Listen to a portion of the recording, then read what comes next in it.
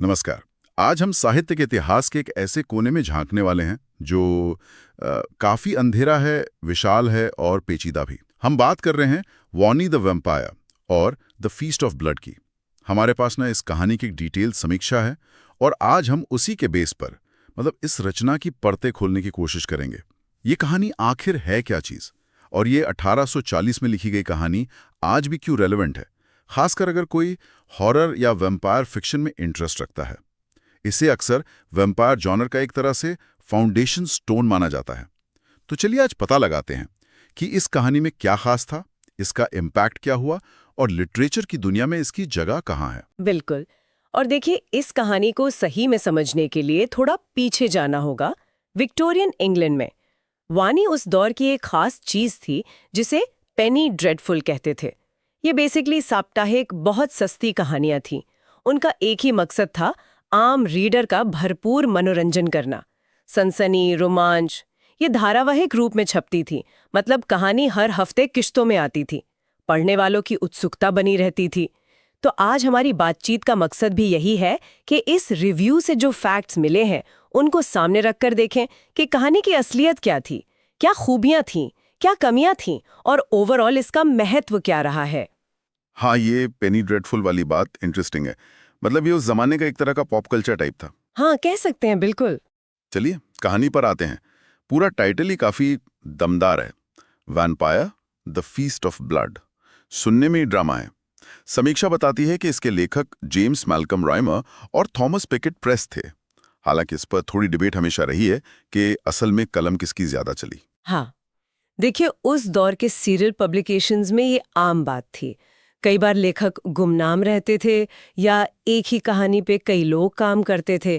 Credit का हिसाब किताब उतना पक्का नहीं होता था। लेकिन इम्पॉर्टेंट बात यह है कि ये कहानी 1845 से 1847 के बीच लगातार छपती रही, हफ्ते दर हफ्ते। बाद में 1847 में इसे किताब की शक्ल दी गई। तो हम बात कर रहे हैं एक ऐसी रचना की जो ड्रैकुला से लगभग आधी सदी पहले आई थी। तो ये कहानी है किस बारे में? इसका सेंट्रल कैरेक्टर है सर फ्रांसिस वार्नी। नायक कहें या खलनायक पता नहीं। जैसा कि समीक्षण में जिक्र है, वार्नी पर एक श्राप है, एक कर्स है, जिसके चलते वो वैम्पायर बन गया है। इसकी वजह शायद उसके पास्ट के कुछ बुरे कर्म हैं या कोई भयानक हादसा। क्लियर नहीं है शायद। हाँ, कहानी की शुरुआत में ही वॉर्नी का इंट्रोडक्शन एक काफी डरावने प्राणी के रूप में होता है। वो बैनरवर्थ परिवार को अपना शिकार बनाता है। ये परिवार कभी अमीर और सम्मानित हुआ करता था, लेकिन अब बुरे हाल में है, आर्थिक तंगी से गुजर रहा है। कहानी आगे बढ़ती है वॉर्नी के हमलों से, परिवार के सदस्यों, खासकर फ्लोरा बैनरवर्थ के डर और बचाव की कोशिशों के साथ।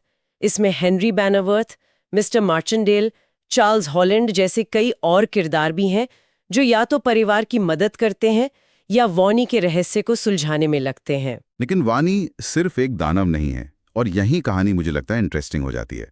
समीक्षा उसे एक कॉम्प्लेक्स कैरेक्टर के तौर पर पेश करती हैं।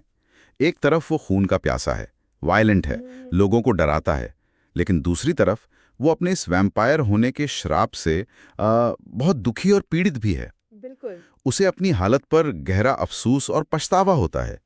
ये उसे एक तरह का एंटी हीरो बनाता है, एक ऐसा पात्र जिससे आप डरते भी हैं और जिसके लिए शायद थोड़ी सिंपैथी भी महसूस करते हैं। ये उस जमाने की हॉरर कहानियों के लिए काफी नई बात थी मेरे ख्याल से। बिल्कुल। उस दौर में राक्षसों को अक्सर पूरी तरह शैतान ही दिखाया जाता था, लेकिन वानी में ये अंदरूनी कश्मकश, ये दुख उसे ज्यादा मानवीय या कहें कि ज्यादा ट्रैजिक बना देता है। और इसी किरदार के जरिए कहानी ने वैम्पायर से जुड़ी कई ऐसी चीजें एस्टैब्लिश की जो आज हमें बहुत आम लगती हैं। जैसे कि क्या-क्या चलन या ट्रोप्स इस कहानी ने शुरू किए। समीक्षा इस बात पर जोर देती है कि गर्दन पर वो 2 नुकीले दांतों का आइडिया वो इसी कहानी से पॉपुलर हुआ। वॉनी के नुकीले दांत यानी फैंग्स, उसकी एक्स्ट्रॉर्डिनरी ताकत, रात में खिड़की से घुस आना और यहाँ तक कि कुछ हद तक मरे हुओं को वापस जिंदा करने की ताकत, ये सब वैम्पायर के ऐसे एलिमेंट्स हैं जिन्हें वॉनी ने या तो पेश किया या फिर उन्हें रीडर के जहन में पक्का किया। आज हम वैम्पायर सोचते हैं तो ये चीजें दिमाग में आती हैं और इसका काफी क्रेडिट वॉनी को जाता है। पर यह भी सुनने में आया है कि वॉर्नी आज के वैम्पायरों से काफी अलग भी था। कुछ फर्क थे? हाँ, और ये जानना भी जरूरी है कि वैम्पायर की अवधारणा कैसे बदली है वक्त के साथ। समीक्षा बताती है कि वॉनी बाद के वैम्पायरों जैसे ड्रैकुला के उलट दिन के उजाले में घूम सकता था। क्या बात कर रही हैं? दिन में? हाँ, ये बहुत बड़ा फर्क है। सूरज की रोशनी उसे जलाती नहीं थी। साथ ही वो पारंपरिक चीजें जिनसे वैम्पायर डरते हैं जैसे लहसुन, क्रॉस, होली वाटर, उनका वानी पर उतना असर नहीं होता था जितना बाद की कहानियों में दिखाया गया। ये दिखाता है कि जब वार्नी लिखी गई थी तो वैम्पायर के रूल्स अभी उतने सेट नहीं थे जितने बाद में स्टोकर और बाकियों ने बनाए। वार्नी उस डेवलपमेंट का एक अहम शुरुआती पड़ाव था, एक कह सकते हैं कच्चा अनगढ़ रूप। तो मतलब ये कहानी सिर्फ डराने के लिए नहीं थी, इसका लिटरेरी महत्व भी काफी ज्यादा है। विक्टोरियन वैम्पायर फिक्शन की शुरुआत इसी ने की और जैसा आपने कहा, इसने ड्रैकुला जैसी क्लासिक रचनाओं के लिए जमीन तैयार की। समीक्षा तो सीधे तौर पर इसके इम्पैक्ट का जिक्र करती है। निश्चित रूप से, और सिर्फ इम्पैक्ट ही नहीं, इसका अपना साइज भी हैरान करने वाला है। जरा सोचिए, ओरिजिनल कहानी लगभग 876 डबल कॉलम वाले पेजों में फैली है। 876? हाँ, शब्दों में कहें तो करीब 6,67,000 शब्द। इसमें 220 से ज्यादा चैप्टर हैं। ये आज के हिसाब से कई नॉवेल्स के बराबर है। 6,67,000 शब्द! अरे बाप रे, ये तो महाकाव्य जैसा हो गया। इतना लंबा क्यों? इसकी वजह वही है, इसका सीरियल पब्लिकेशन। हर हफ्ते कहानी का एक नया हिस्सा आना था। रीडर्स को बांधे रखने के लिए कहानी को लगातार चलते रहना था, नए मोड़ आते रहने थे। लेखकों पर प्रेशर था कि वो लिखते रहें, भले ही कहानी को आगे बढ़ाने के लिए बहुत कुछ ना हो। नतीजा ये हुआ कि कहानी फैलती गई, उसमें कई सब प्लॉट्स जुड़ते गए और वो इतनी विशाल हो गई। ये उस जमाने के पब्लिशिंग मॉडल का सीधा नतीजा था। और वोनी के कैरेक्टर की वो इमोशनल कॉम्प्लेक्सिटी जिसकी हमने बात की, वो भी इसे खास बनाती है। वो सिर्फ डरावना राक्षस नहीं, बल्कि एक ट्रैजिक फिगर है। समीक्षा कहती है कि उसके पश्चाताप और दुख ने पाठकों को सिर्फ डराया नहीं, बल्कि शायद पहली बार किसी वैम्पायर के लिए सिंपैथी महसूस करने का मौका दिया। ये हॉरर में एक साइकोलॉजिकल डेप्थ लाने की शुरुआती कोशिश थी। हाँ, और अगर हम कहानी के दायरे को देखें तो वो भी काफी दिलचस्प है। अगर हम इसे बड़ी तस्वीर से जोड़ें तो कहानी सिर्फ एक हॉन्टेड हवेली तक लिमिटेड नहीं रहती। ये किरदारों को लंदन की सड़कों से लेकर बाथ और विंचेस्टर जैसे शहरों और यहाँ तक कि इटली में नेपल्स तक ले जाती है। ये अलग अलग लोकेशंस कहानी को न सिर्फ डाइवर्सिटी देती हैं, बल्कि उसे एक ब्रॉडनेस, एक तरह का एपिक फील भी देती हैं। पाठक सिर्फ एक परिवार की कहानी नहीं, बल्कि एक बड़े कैनवस पर फैली घटनाओं को महसूस करते हैं। ठीक है, तो इसमें काफी कुछ खास था, लेकिन जैसा हर पुरानी चीज के साथ होता है, इसमें कुछ कमियां भी होंगी। समीक्षा जरूर इस पर भी बात करती होगी। बिल्कुल। देखिए, जो चीज इसे लोकप्रिय बनाती थी, यानी इसका सीरियल होना, वही इसकी कुछ बड़ी कमजोरियों की जड़ भी थी। क्योंकि इसे किश्तों में, शायद अलग अलग समय पर और मुमकिन है अलग अलग लेखकों द्वारा लिखा गया, इसमें काफी इनकंसिस्टेंसीज आ गई। अच्छा। कहानी कई बार पटरी से उतर जाती है। मेन कहानी चलते चलते अचानक कोई साइड स्टोरी शुरू हो जाती है जो बहुत लंबी खिंच जाती है। कभी कभी तो पात्रों के नाम या उनके पिछले इतिहास में भी गड़बड़ी मिल जाती है। इसे आज पढ़ते हुए ये भटकाव और असंगतियां काफी खटक सकती हैं। मतलब पढ़ते हुए थोड़ा सब्र रखना पड़ता होगा, थोड़ा पेशेंस चाहिए। यकीनन इसकी लंबाई ही अपने आप में एक चैलेंज है। और जैसा मैंने कहा, सीरियल नेचर के कारण इसमें काफी भराव यानी पैडिंग है। कहानी की रफ्तार अक्सर बहुत धीमी हो जाती है। कई हिस्से ऐसे लगते हैं जो सिर्फ पन्ने भरने के लिए लिखे गए हैं। उनमें दोहराव बहुत है। आज के रीडर जिन्हें तेज गति वाली कहानियों की आदत है, उन्हें ये धीमी चाल शायद थोड़ी बोरिंग लगे। समीक्षा में पाठक अक्सर इसकी लंबाई और धीमी गति का जिक्र करते हैं। और लिखने का अंदाज कैसा है? क्या वो स्टाइल आज भी अपील करता है? देखिए, ये विक्टोरियन दौर का लेखन है और उसमें भी पेनी ड्रेडफुल स्टाइल का। तो इसमें मेलोड्रामा भरपूर है। भावनाएं बहुत बढ़ा चढ़ाकर दिखाई जाती हैं। डायलॉग कई बार बहुत नाटकीय लगते हैं। Over the top. हाँ, आज के हिसाब से थोड़ा ज्यादा लग सकता है। साथ ही कहानी में अचानक बिना किसी तैयारी के बड़े बड़े ट्विस्ट आते हैं। ऐसा लगता है मानो लेखक ने बीच में ही तय कर लिया कि अब कहानी को किसी और दिशा में ले जाना है ताकि अगले हफ्ते पाठक चौंके। इससे कहानी का जो नेचुरल फ्लो है वो कई बार टूटता है। और कहानी का अंत, क्या वो सैटिस्फाइंग है इतनी लंबी कहानी के बाद? इससे एक महत्वपूर्ण सवाल उठता है एंडिंग को लेकर। रिव्यूज में ये क्रिटिसिज्म आम है कि कहानी का अंत थोड़ा जल्दबाजी में किया गया और अनसैटिस्फाइंग लगता है। इतने सारे पन्नों और इतनी सारी घटनाओं के बाद कई सवाल अनआंसर्ड रह जाते हैं, कई थ्रेड्स खुले छूट जाते हैं। शायद लेखक थक गए थे या कहानी को समेटना मुश्किल हो गया था।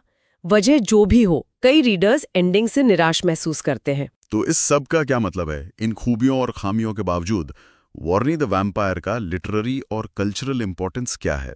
इसका महत्व कई लेवल्स पर है। पहला, जैसा हमने बार बार कहा, इसने वैम्पायर लिटरेचर की नींव रखी।